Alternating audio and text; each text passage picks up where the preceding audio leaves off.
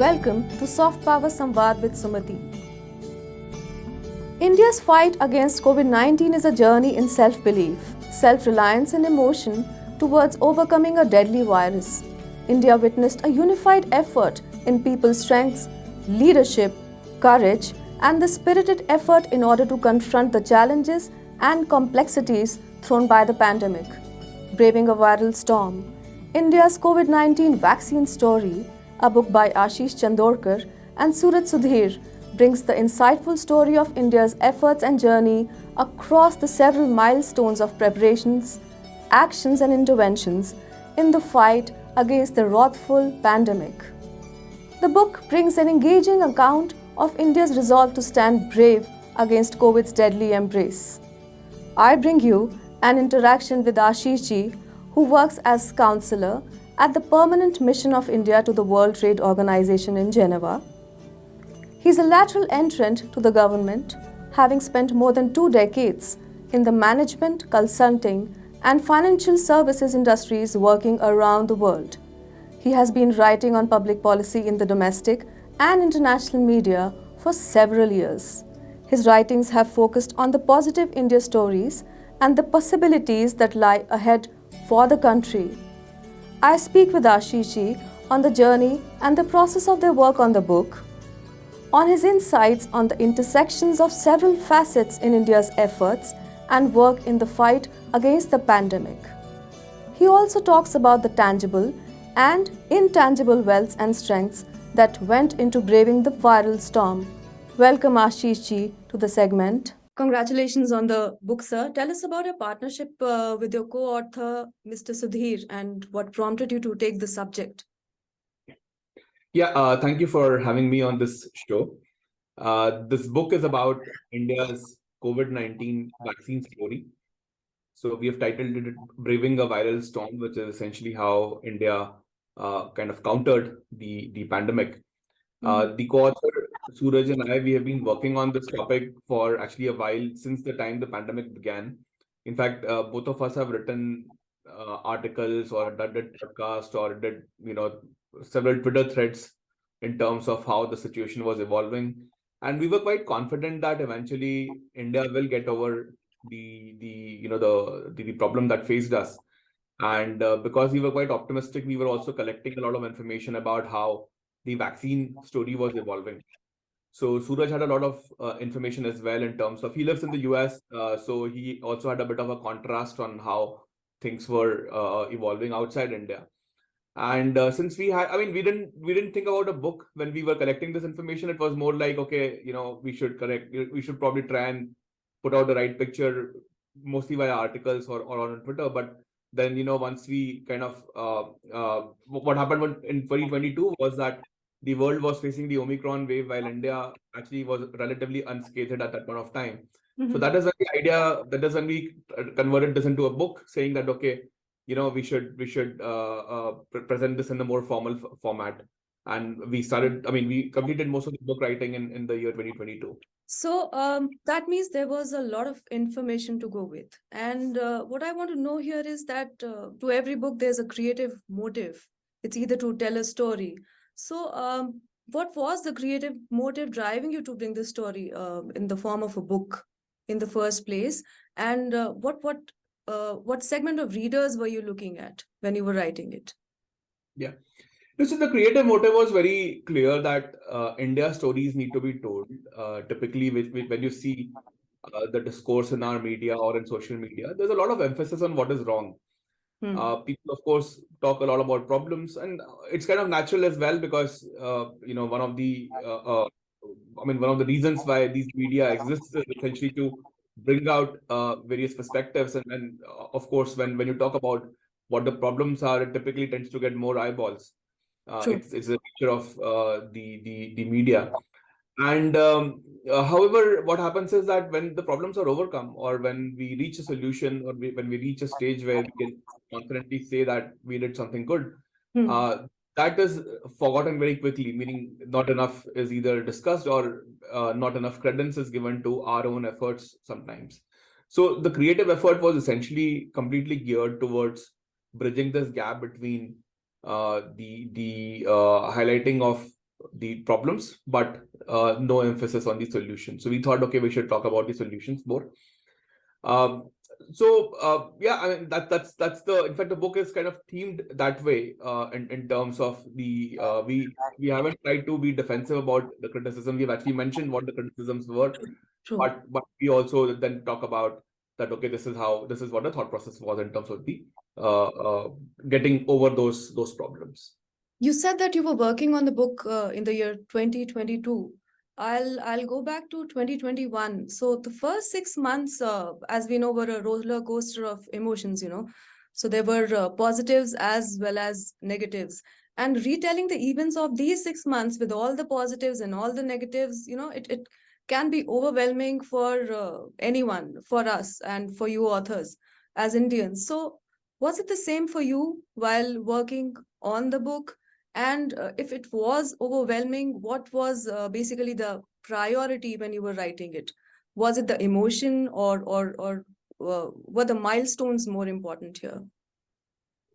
Yeah, actually, so yeah, we wrote most of the book in 2022, but of course, all of us have lived through the difficult times of 2021, the Delta wave.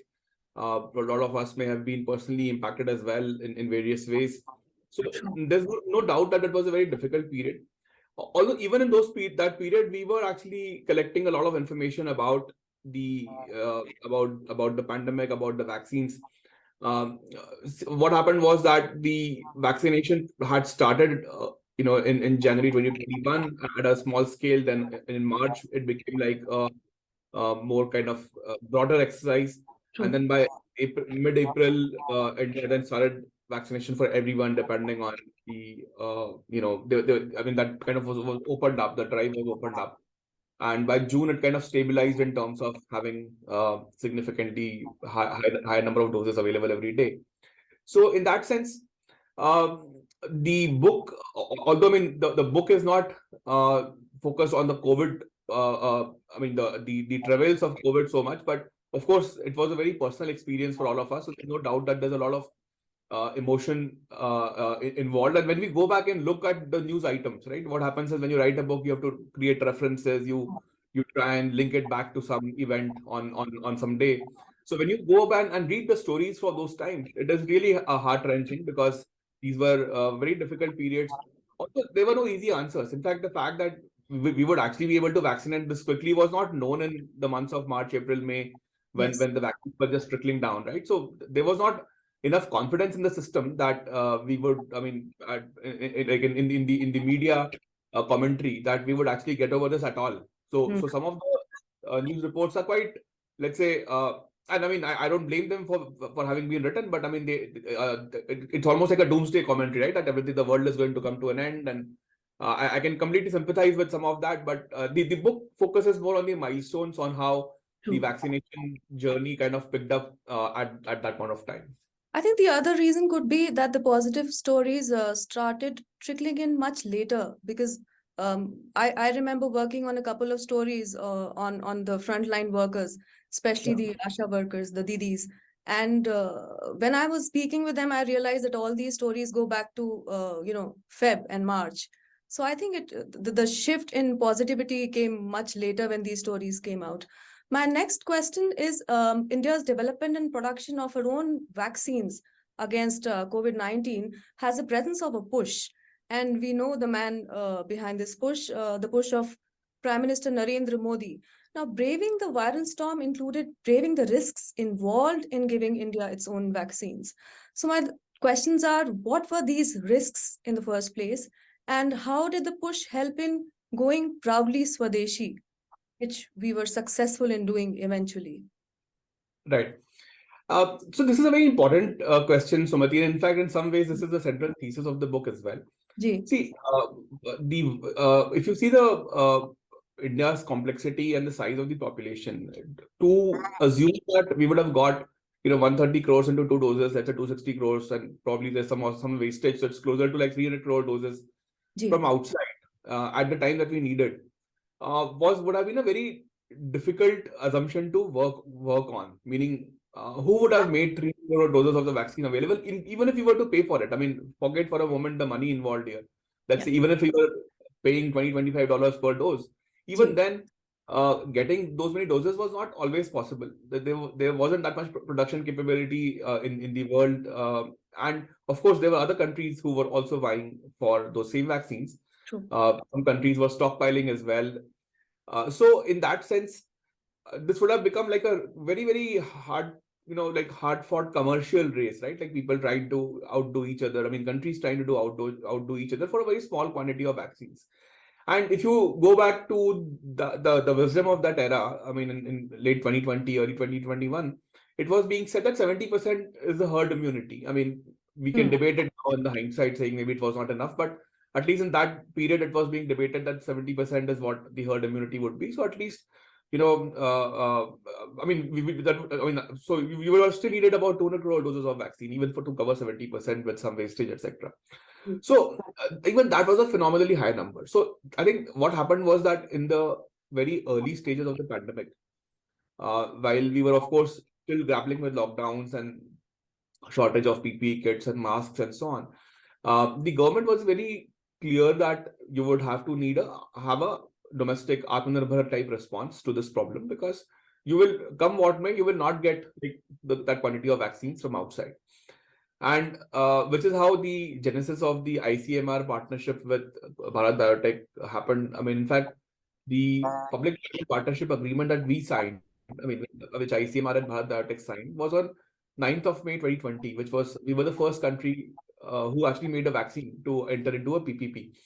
So this thought process was very clear that you will have to do something. You need to have a national response to the vaccine situation.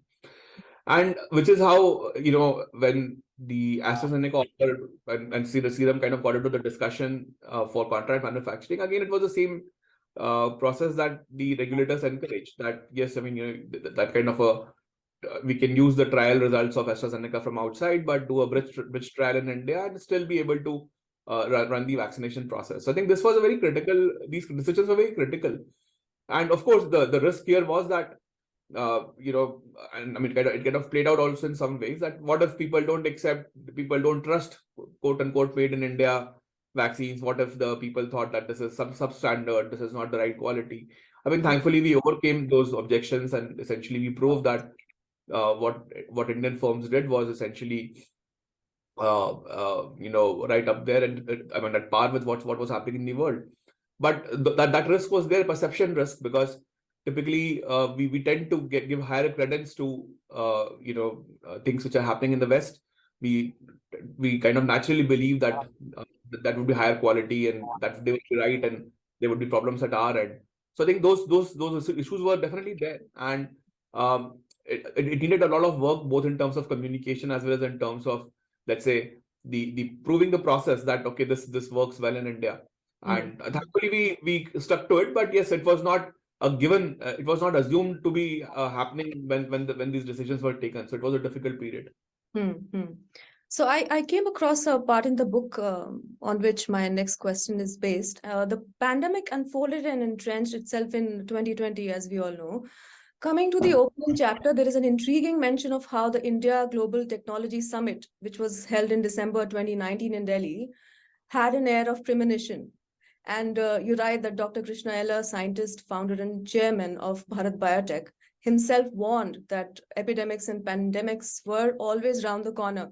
And then it expands, and there is a part where it says that there is also a mention of what he jokingly added regarding big data and the IT industry, where he said that eventually, you would need the vaccines. And he was proven to be right in a month. So this entire episode narrated in the book has a very strong recall value. It's something that we cannot and should not forget. I think this moment in history. So why is that recall value so important?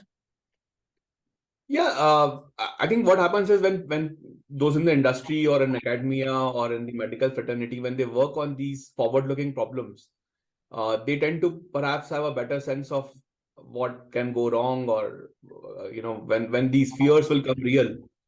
When we as a lay observers kind of read these things, you don't pay enough attention, because for you it's kind of disjointed.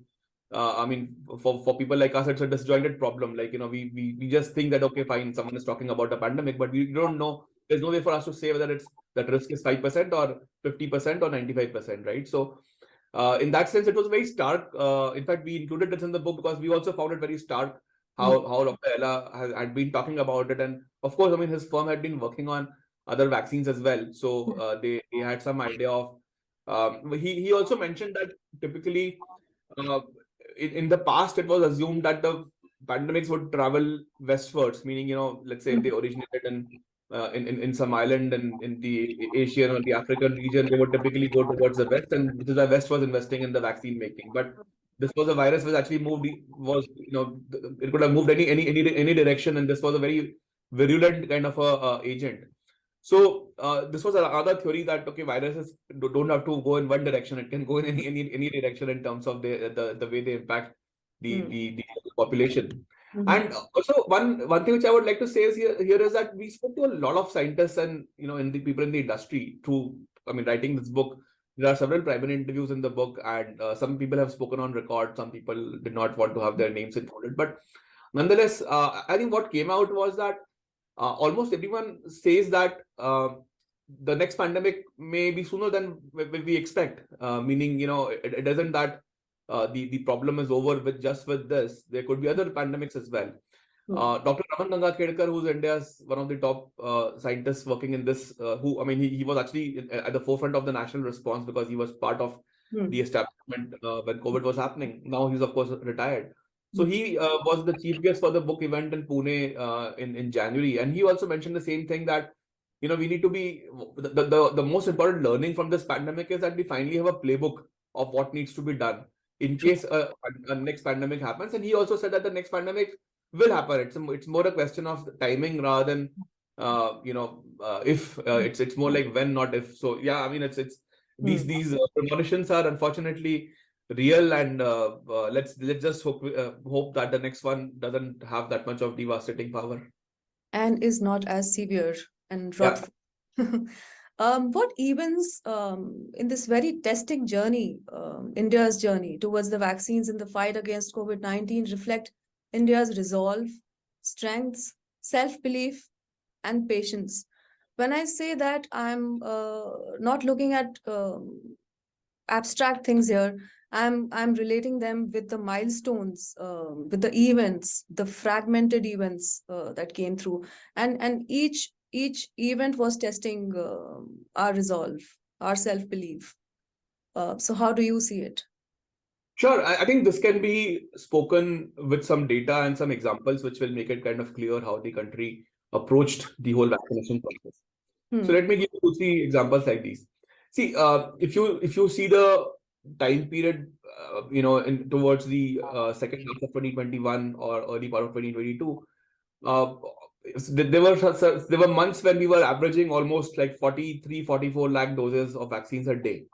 That is like vaccinating almost one New Zealand. I mean, their population is about 50 lakhs, so like a day.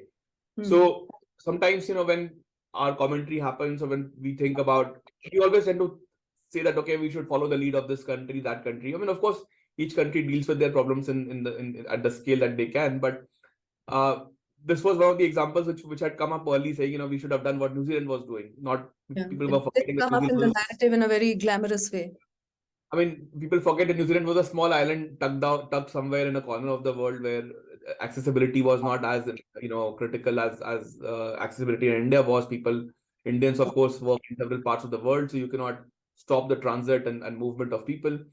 But when it came to vaccination, no one really pointed out that we could do what a country like New Zealand could have done in a single day. I mean, of course, we didn't, but we did. We did it for several days, actually, so several months together in terms of an average.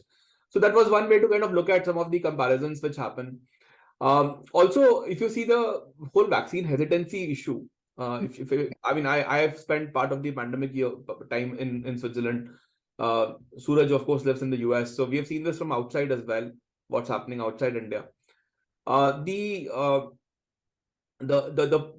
hesitancy was quite built in the societies. It was, of course, I mean, there was a lot of influence also people on radio shows or in newspaper columns or on Twitter. They were talking about vaccine issues. And again, I mean, I'm not talking about the healthcare situation here. Maybe some vaccines were good, some were not, and we are not really qualified to comment on the long-term kind of aspects of whatever people say in the US.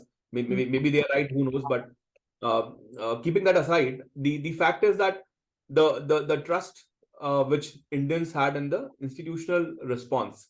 Now, that trust could come through trust in, say, Indian scientists. It could come from the trust in political leadership. It could come via trust in your social circles that, okay, people were nudging each other to take vaccines. What would be the reason? The fact is that Indian society has just demonstrated much more trust in the whole process than maybe other societies did at an equivalent scale. And there was a very good document which was produced by the health ministry, which was in December 2020, just before the vaccination started, which talked about the need of the importance of communication. And it's a beautiful document which goes into very excruciating details about how to use regional language, how to use different types of influencers. And influencers doesn't only mean like known people. Influencers means like people like ASHA workers, people who are working in the primary healthcare centers, where communities are aware of those individuals, and they would be able to kind of have their own influence in terms of giving an advice that the vaccine was safe and you could go ahead and take the vaccine, right? Typically people draw comparisons with polio, etc., but the polio vaccines are given to kids, and I mean it's not where kids, the recipient cannot say that whether the person wants to take a vaccine or not. The recipient has no option in that case, right? Because the kid is not really going to protest. So having an adult vaccine as a vaccination and near universal coverage is a humongous achievement, because each person has a discretion here in terms of of the decision whether they want to take the vaccine or not. And even then, we are almost 100%. I mean, not 100%, but we are fairly high, late up 90s. I think that's a great achievement, and that again shows that Indians came together and believed in the national institutions that, okay, fine, what we are doing in this country is right. And this obviously cut across political lines, across social lines, and everyone kind of accepted it, which is, I think, a very good, something to be proud of as a country. So that's what I was coming to. Asha workers whom I spoke to for, as I mentioned, 2 stories, they had unbelievable episodes to narrate, where their chase involved a lot of communication, a lot of convincing. There was a doctor based in Kashmir who told me how he got injected just to prove a point that he's fine, alive, and that he'll be able to do things which were part of the doubts and rumors. So the next question is about the lockdown, and we did prepare for it. There was a lot of emotion, some sort of drama and controversy. So when I say that you mentioned in the book that there were complexities surrounding the interlinkages within the socio-economic system, and this part in particular was not going to be easy, as we all know, and as I think we all witnessed during the lockdown. Why, in your view, is it important for the world, the West in particular, to understand these interlinkages in the larger global picture today, as we speak today? Yeah, and this is an important point. See, India's complexity is not a one-dimensional complexity. I mean, there are several issues when you have to solve, like address a problem like a pandemic. Of course, population is of course large. There is also the regional, I mean, the size of the country is huge just physically, right? There are regional variations in terms of the factors which influence these things. Kashmir is very different from Kanyakumari, and Gujarat is very different from Arunachal Pradesh. There are physical variations in terms of how you can get the healthcare access delivered at the doorstep, or let's say, if not at the doorstep, in the village or the block. Even within a state, there are several kind of anomalies. So, for example, I mean, I come from Maharashtra.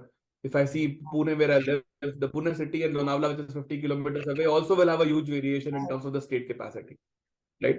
So that lack of uniformity, I mean, a lot of the commentary, when they happen, they stick a label like, okay, this is not right in India. But the thing is that actually they could even within that description, there could be several variations or several challenges to be overcome, because the effort needed to, let's say, vaccinate someone living in a small hamlet inside a forest is very different from someone living in, say, Bandra.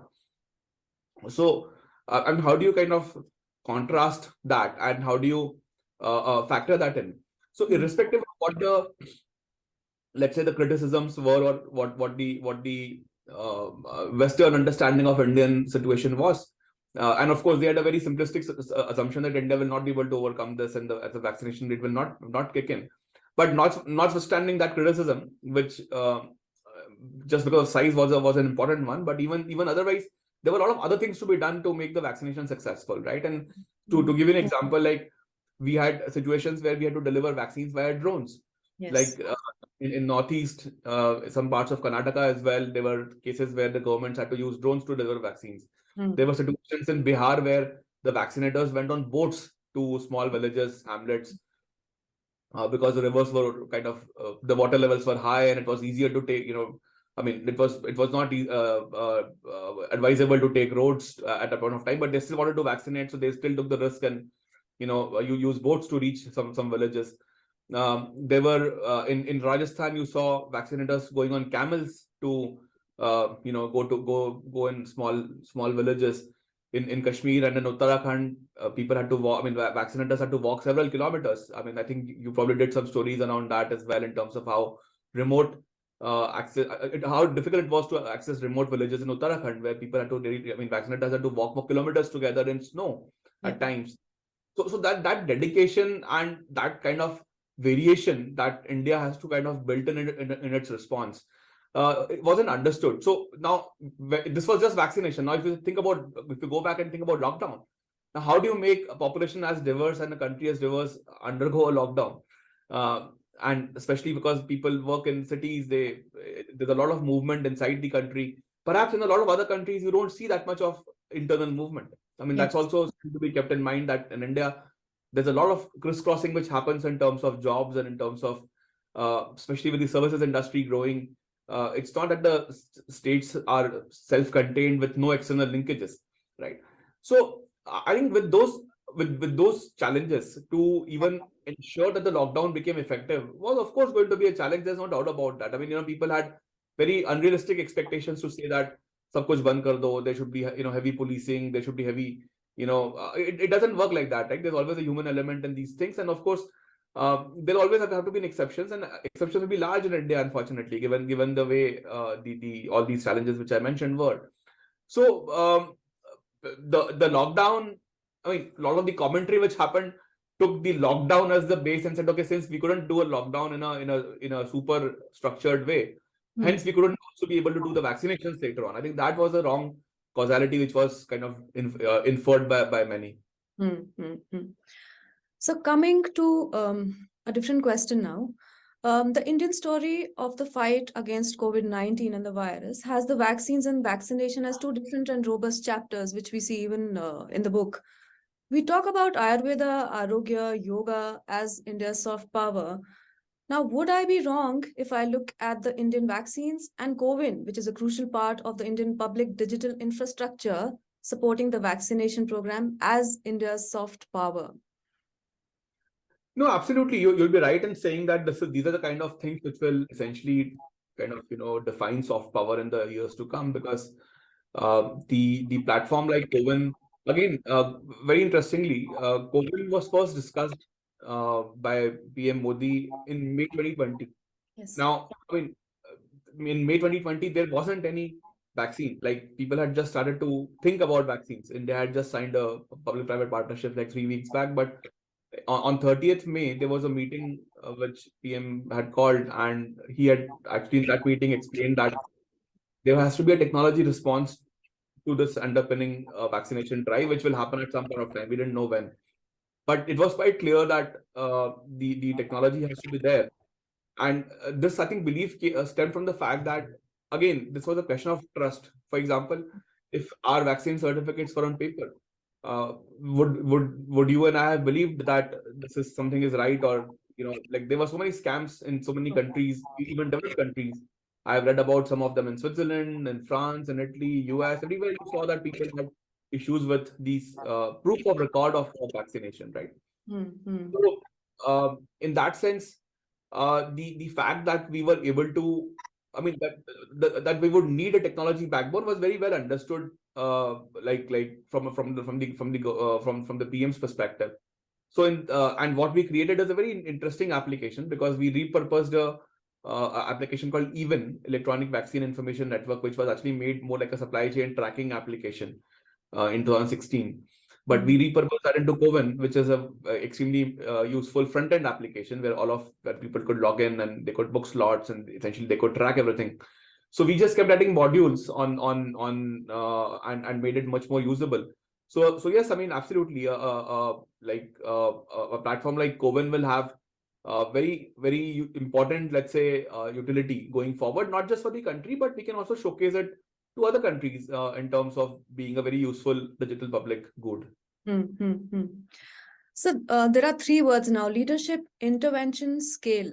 These words arise strongly when it comes to India's response to COVID-19 during the 3 years amid several challenges, including some severe challenges. Let's imagine for a moment that the leadership and the leader at the top were not what and who they were and are during this phase of governance. In that case, what would it mean for interventions? The clockwork behind these interventions, I can see you smiling, and the results. Would they be different? And if they would be different, how? I think one very common theme which emerged through our interviews through the book, and we spoke to at least a few dozen people, was that the leadership made a key difference to this whole response. I think everyone acknowledged that because there was a very decisive leadership which PM Modi provided. Not everything had to go to him, but people were reassured that in case there was a problem or in case there was a decision to be taken, a tough decision to be taken, then they were assured that with him being there, that process will complete. And this was a common theme which almost everyone kind of talked about, and especially the ones who were in the policy making roles or doctors.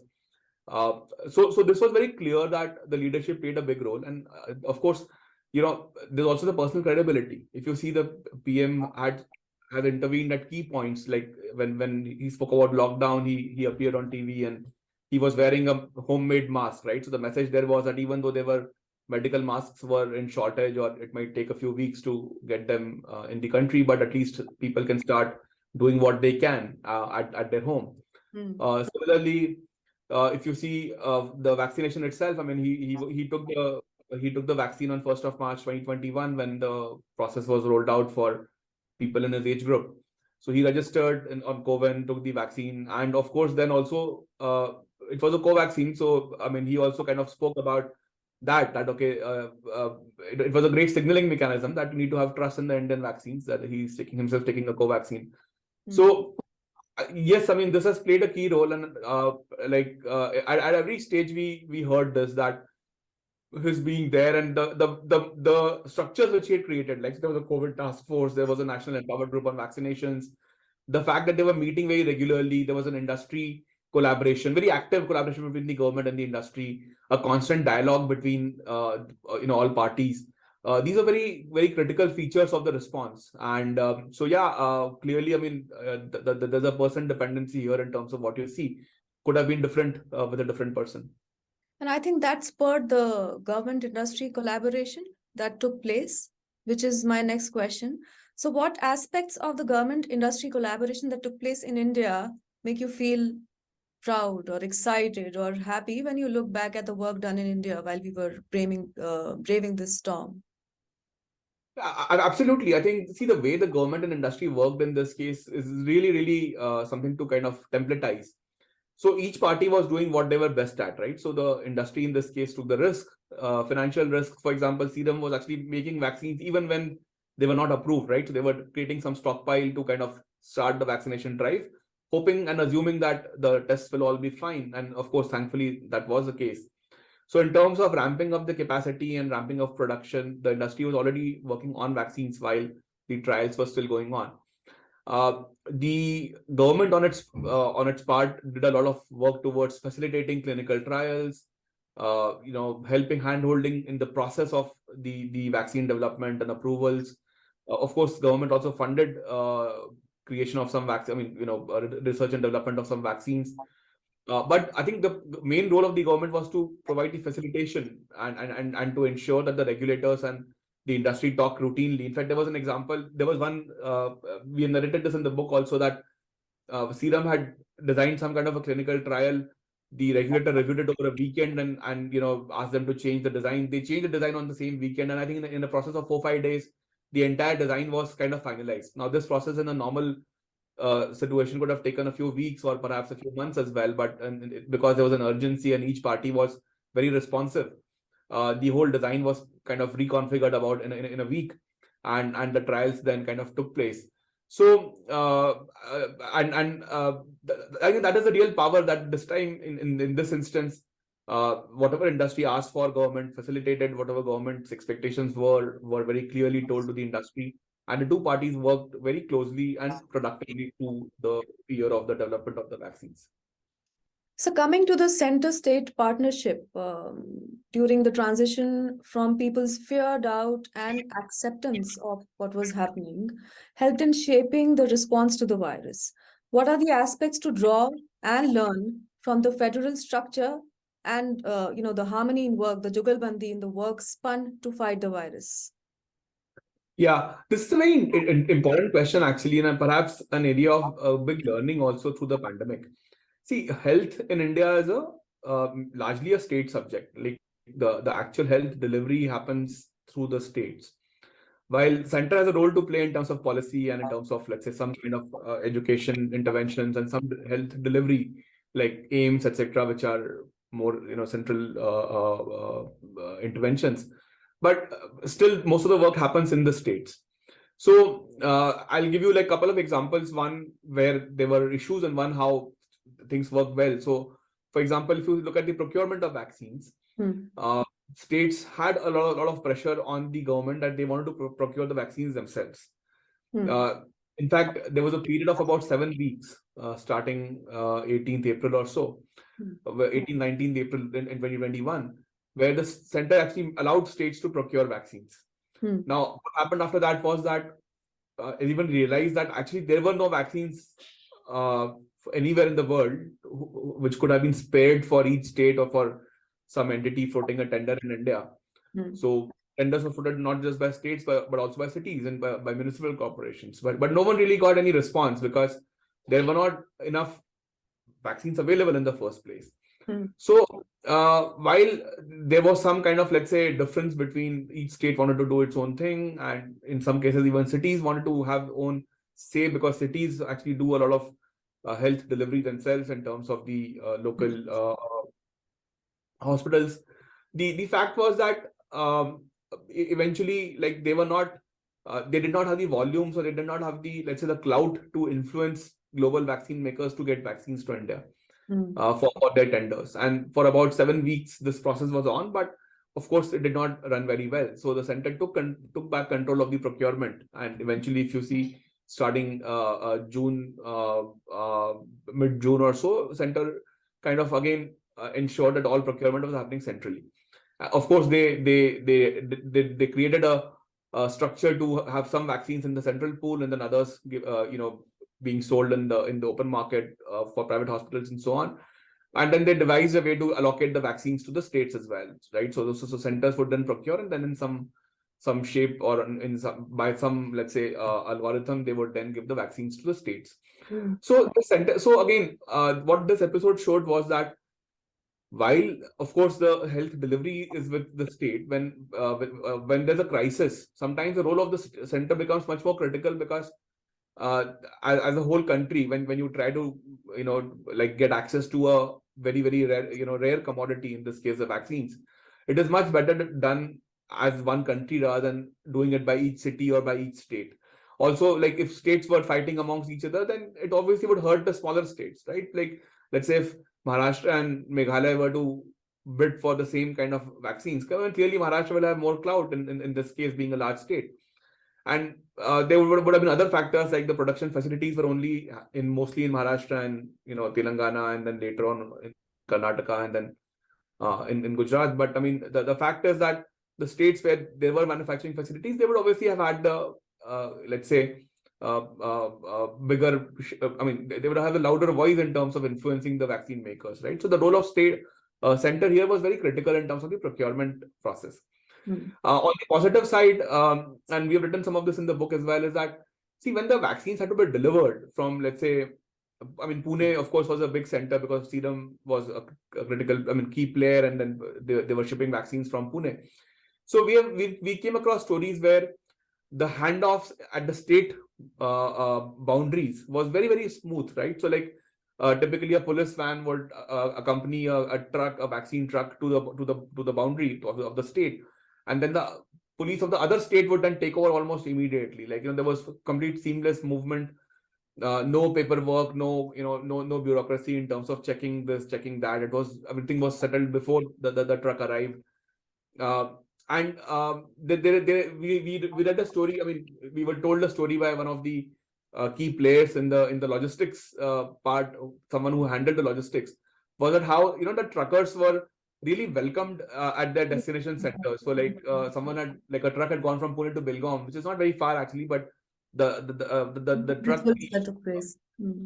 yeah. So the primary healthcare center there was really the storage center there was really waiting for the truck, and they did a whole, like, the puja of the truck, and then there was a party thrown in. The truck driver was fed, like, there was a whole kind of a party. So people were really, really keen to get these vaccines in their own localities, and states, like, really kind of work quite well coordination wise, like Maharashtra especially, because it borders several states. And so the police departments of these states work very well closely together, MP, Chhattisgarh, Telangana, Maharashtra, Gujarat, to let the vaccine flow happen very, very seamlessly. So there's something to understand and learn here. There's a part in the book where you mention fiscal prudence in the context of vaccine development and the concept of investment and throwing money at a problem in America.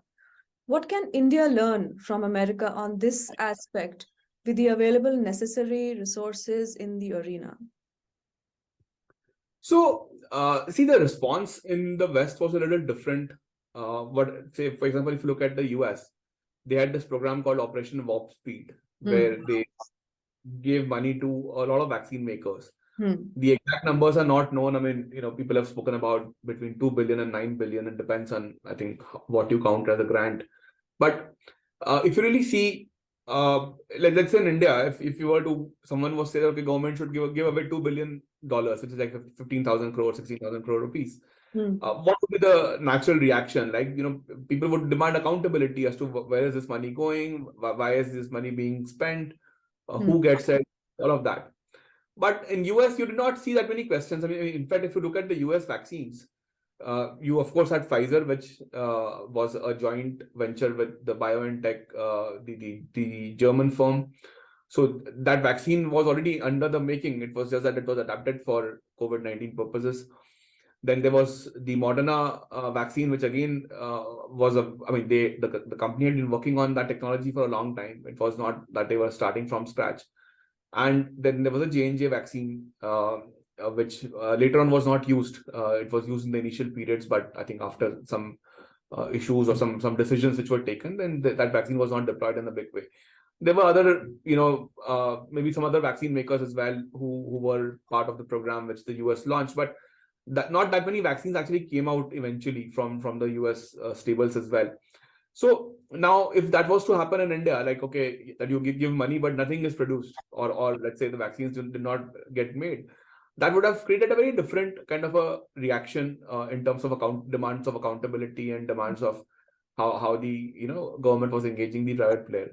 So our approach was anyway not that. Our approach was essentially to focus on the how could government support the R&D process and the whole testing process for the vaccines. And in fact, India did produce vaccines which were of different technologies. We probably had the highest number of vaccines produced relative to any other country, and on different technology platforms as well. So in that sense, I'm not sure if there's, we can say that there's a lot of learning from the US here, because I think the response was very tailored to what the political discourse which fits each country. I think the response which US had, I don't think would have worked as is in India. Yes. And what India did wouldn't have worked in the US in terms of what the people's expectations were.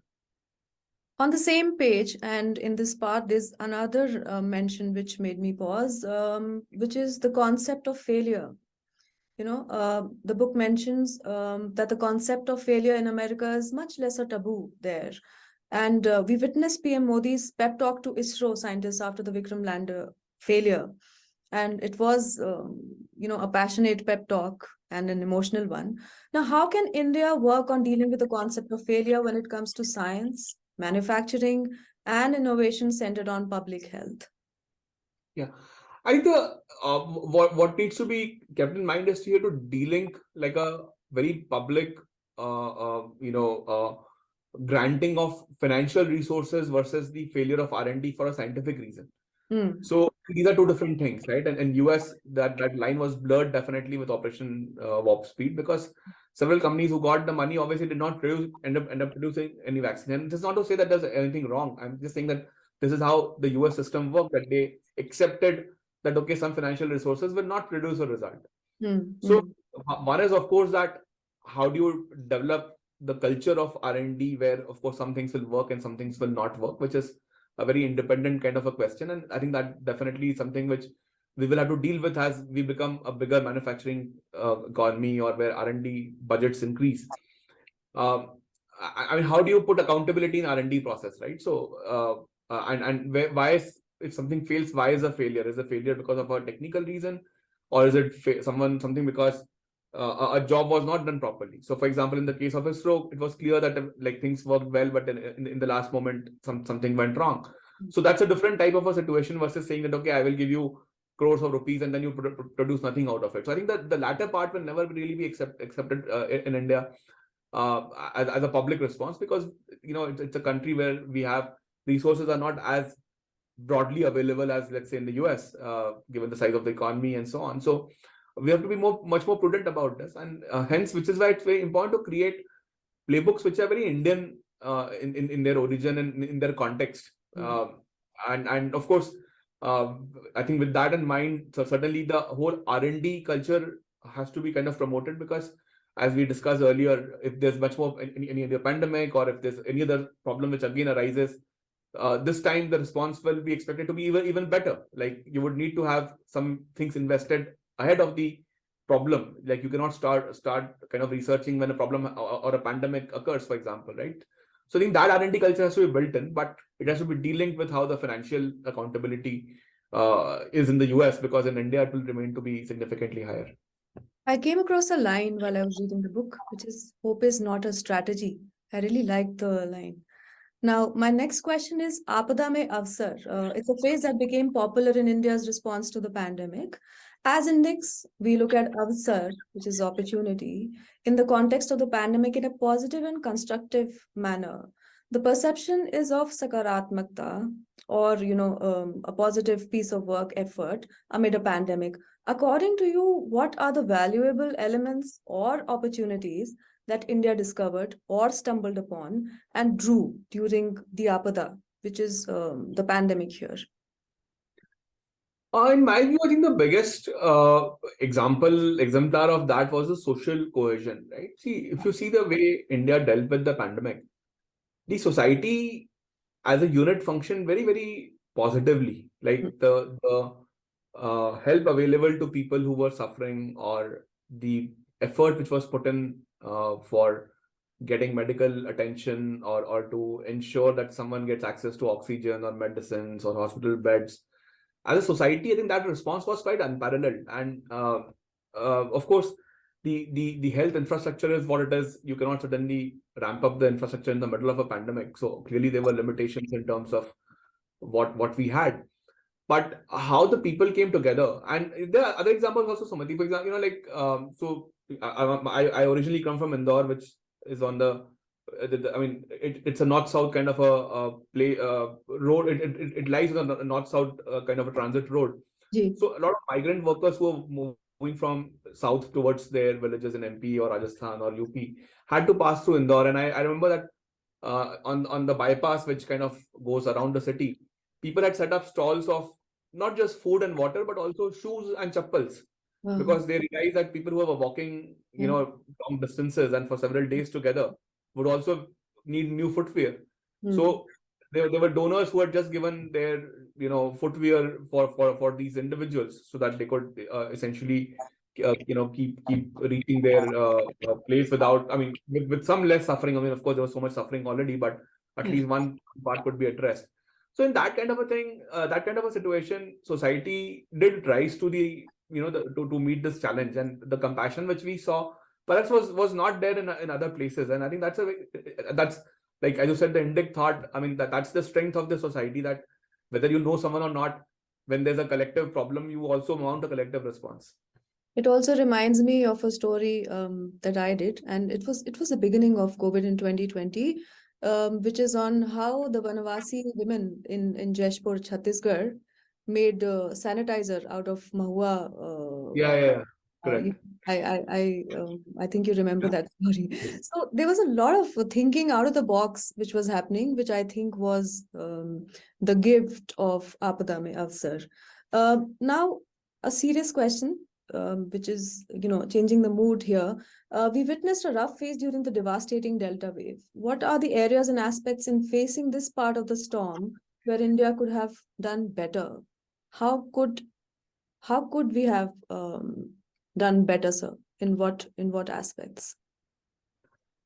See that phase again. If you see, the pandemic really spread like a wildfire. I mean, if you see the numbers, I think in the beginning of April, first, there were 80,000 cases that we were getting a day, and then at the peak in May, we had 425,000 odd cases around 7th or 8th of May.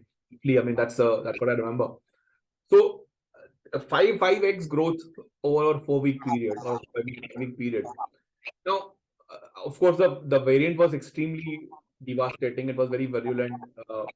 It was unfortunate that India got struck with this variant. Could have been any other country, but fortunately, it developed in India. So I'm not sure if any other country also would have had like a very different situation with the rise with the at the scale at which the pandemic kind of the virus kind of spread. And what would really be, I think, the biggest learning here is that the health infrastructure has to be prepared for that in advance. Like, you cannot really have a situation where something is done when like a crisis of that magnitude hits you. For example, I had written about this in a different context, was on this oxygen availability.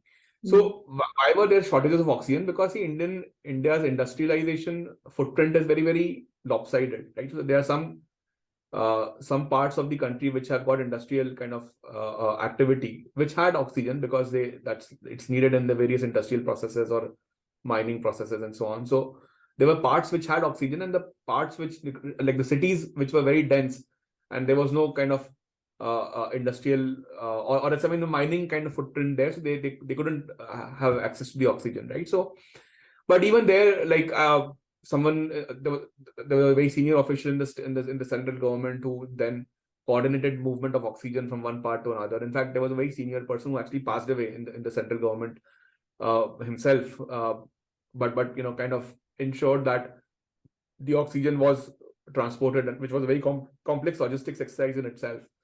So these things, I mean, of course, we handled when the crisis came, but I think the biggest learning is that you have to be prepared for it and invest in the process now. Of, like, for example, now each district has got some kind of an oxygen making facility. There are investments being made for new NIVs for better sequencing of viruses. So I think there is, of course, some thought which has gone towards it, and that's kind of reflecting. There's also this. We have also set up this National Institute of One Health in Nagpur, which will study how the zoonotic diseases can potentially spread. So again, there are some interventions which are already happening, but in the hindsight, it is very difficult to say that what one thing could have been done better, because the fact is that at the scale at which you got hit, and with the medical infrastructure very, very lopsided, where in some parts there was very poor infrastructure, some parts they were very, they had the resources. So I think that gap has to be bridged, but that gap couldn't have been bridged in a 4-week, 5-week period. That would need like decades of work really to kind of equalize. The same time also saw an unfortunate trend, unfortunate for us. This was the time when we saw sections of foreign and Indian media practicing photography and what you've said in the book, or called in the book, vulture journalism in India's graveyards. capturing funerals, running drone cameras over funeral pyres. Now, what does it reflect about their outlook towards India, India's personal tragedy, and efforts in facing that tragedy? We were in the middle of a tragedy, and we were It is looking at quite, it as personal tragedy. it was quite unfortunate, right? Like let's say the commercialization, or you can even say mocking of that tragedy, in the way it was portrayed. See, every country has been hit by the pandemic, in a bad way. If you, in fact, if you let's revisit some of the headlines. For example, in the early 2020, when the pandemic hit Italy, there were stories like that doctors were having to make a choice between saving old or the young. So what does it mean? It meant exactly the same thing, that there were oxygen shortages. The doctors had to consciously kind of decide that, okay, I will give oxygen to one person and not to another person. So this is exactly what happened in India as well. I mean, of course, in India, doctors perhaps, did not take that call, because they try to do their best in terms of, dividing resources, I mean, lesser quantity of resources more equitably. But in fact, in Europe, in some ways, much harsher calls were taken, that, oxygen would only be given to people who had better chance of survival. At least we did not run this process in a mathematical, in a stochastic sense, right? It was more, perhaps more humane in India. But again, those headlines, when they described those decisions, they were describing the decision as something of a virtuous decision, right? Or something of, let's say, something that doctor. I mean, of course, all doctors had to have, around the world, had a difficult time. There's no doubt about that. But the same decision point was portrayed as a virtue in one place, and essentially a lack of capacity in another place, right? Even in the US, for example, if you see in New York, there were stories about dead bodies being piled up in containers, and there were no claimants to some of those bodies. The local government had a difficult time kind of, giving them a respectable burial and so on. So there were issues in other countries also, but the same issue, or the same problem was made like a national shame when the reporting happened for India, versus when it happened in other countries, it was portrayed like a human tragedy, which, by the way, was the right thing to do. It was a human tragedy. And but the fact that even significantly richer countries were not prepared for, I mean, this kind of a spread of the pandemic. So even in that context, obviously India would have had a difficult time, given our relative lack of resources, or let's say, the lower per capita income, I mean, if you want to put an economic metric here. So it was quite unfortunate the way the whole tragedy was portrayed, and I just hope that this doesn't happen again. And if something world was to face this problem again collectively, hopefully there'll be much more, let's say, human judgment to some of this reportage. There's a chapter titled Vaccine Juggernaut, Lord Jagannatha's Irresistible Force Played. I really love the title.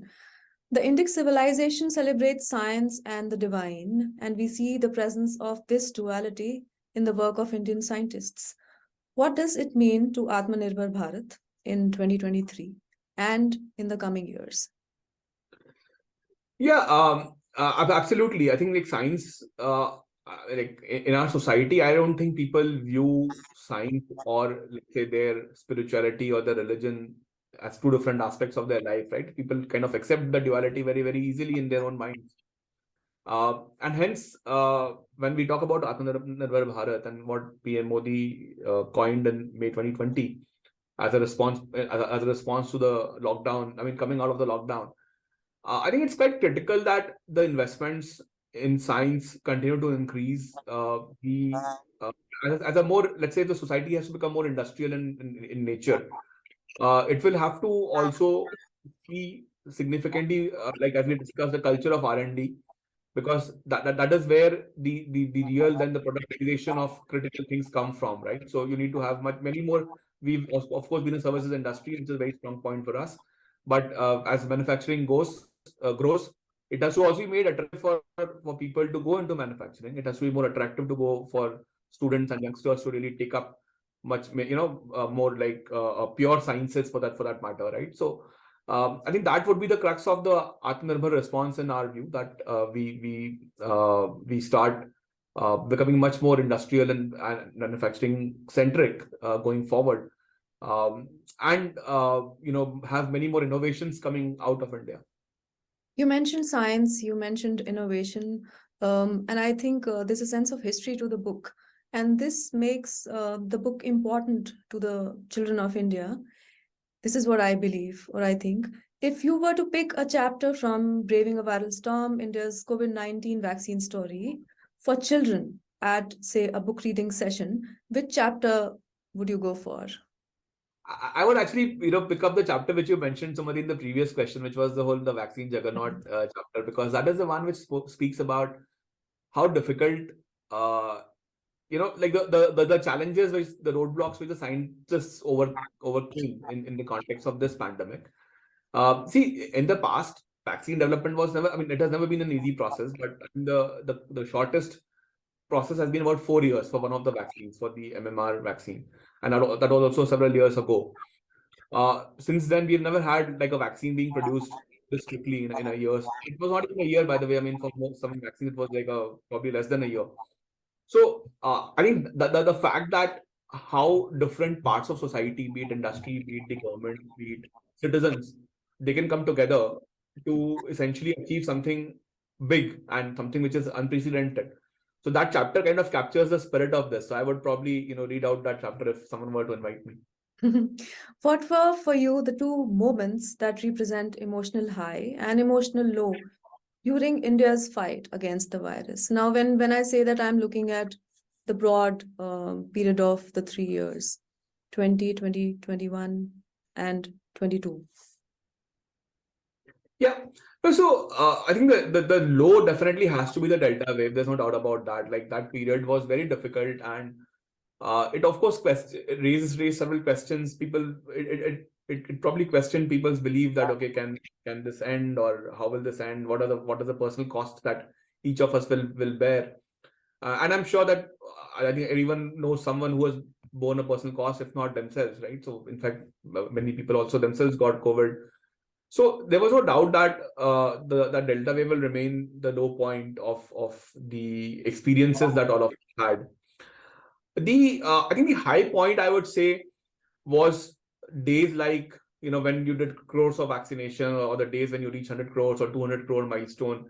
I think that really showed that India had a very the Indian state capacity can deliver when it can step up in a difficult time. And the fact that people accepted vaccines, without any, let's say, hesitation, or at least they were convinced by the communication strategy. I think those were positive signs, because generally speaking, like people, like if you were to look at the country from outside, and you would say, okay, this country is poor. There's a lot of social, discord, or there's a lot of social kind of schisms in this country. Like, can people come together, or would people actually accept a science based solution? And the answer to that was overwhelmingly yes. So I think that's something to be proud of, that people, irrespective of whether they understand the science, or whatever they have studied or not studied, but they believe that okay, fine, the institutions can work well, and they accepted the vaccine. So you've been mentioning during our interaction that a lot of work is currently going on as we speak towards the future. Now, does that mean that you'd take all those inferences and all the knowledge to another book, maybe another book in the series? I hope that we get to write another book, in the sense that a lot of things have been kicked off, right? So if you see the healthcare interventions, we spoke about this National Institute of One Health, new National Institutes of Virology. In fact, when the pandemic struck, all the samples had to come to Pune for testing, because there was only one NIV in the country. Now that, of course, would have been unsustainable, and from there on, we ended up creating a network of thousands of labs in about 4-5 months. So even that was, by the way, was a very important achievement outside of the vaccination process, how we scaled the testing facilities. These healthcare interventions will certainly produce much more, let's say, forward-looking guidance and studies. So that's something to look forward to, and hoping that, of course, it will take a few years for them to really start producing world-class research. So certainly happy to write about that when that happens. But also like things like the CoWin platform and the whole digital public infrastructure that we have created for vaccine administration. So these are critical, let's say, elements which certainly can be written about at some other point of time, and the lessons have been kind of codified into a playbook, which is much, hopefully, the next time we have a problem, we can refer to it and don't have to make decisions, flying blind into the process. I look at it as very vital documentation Yes. of our times. Now, how do you look at India, the picture of India from where you currently are? It's quite positive, actually. I get a lot of people are always curious about what's happening in India. How are we, making our decisions? People have a lot of questions, and a lot of curiosity about our growth, the good things that are happening. So it is a significant contrast to what I see sometimes in the commentary, that there's a lot of, let's say, negativity around our own decisions or our own achievements. But that's not how the world seems to be seeing us. In fact, they really want to know that what are we doing well, and what changes are being brought into the society with the economic growth and so on. So it's a very positive picture here, and I quite enjoy those conversations. So, what do you read in your free time, considering you're in the process of writing? And I'm sure writing the book and the work on the book would have made things slightly different for you as far as books and interaction with words is concerned.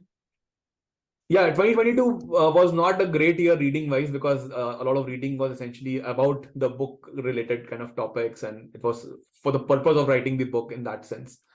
But of course, generally speaking, I read a lot about the economic topics, trade topics, of course. In fact, the last 5-6 books I've read were all trade related books. So, that's kind of the job as well. But yeah, generally I read non-fiction. I don't read, I cannot read fiction beyond a point, I read serious stuff, typically around policy and economics. Now, on the last and lighter note, we know about the Poha wars, the so-called Poha wars you've been part of on Twitter. What does Poha signify in your picture of India's food diversity? And No, I mean, how often do you cook Poha or make Poha? no, Poha is very critical for anyone who comes from Indore. It's a symbol of pride, and it's a symbol of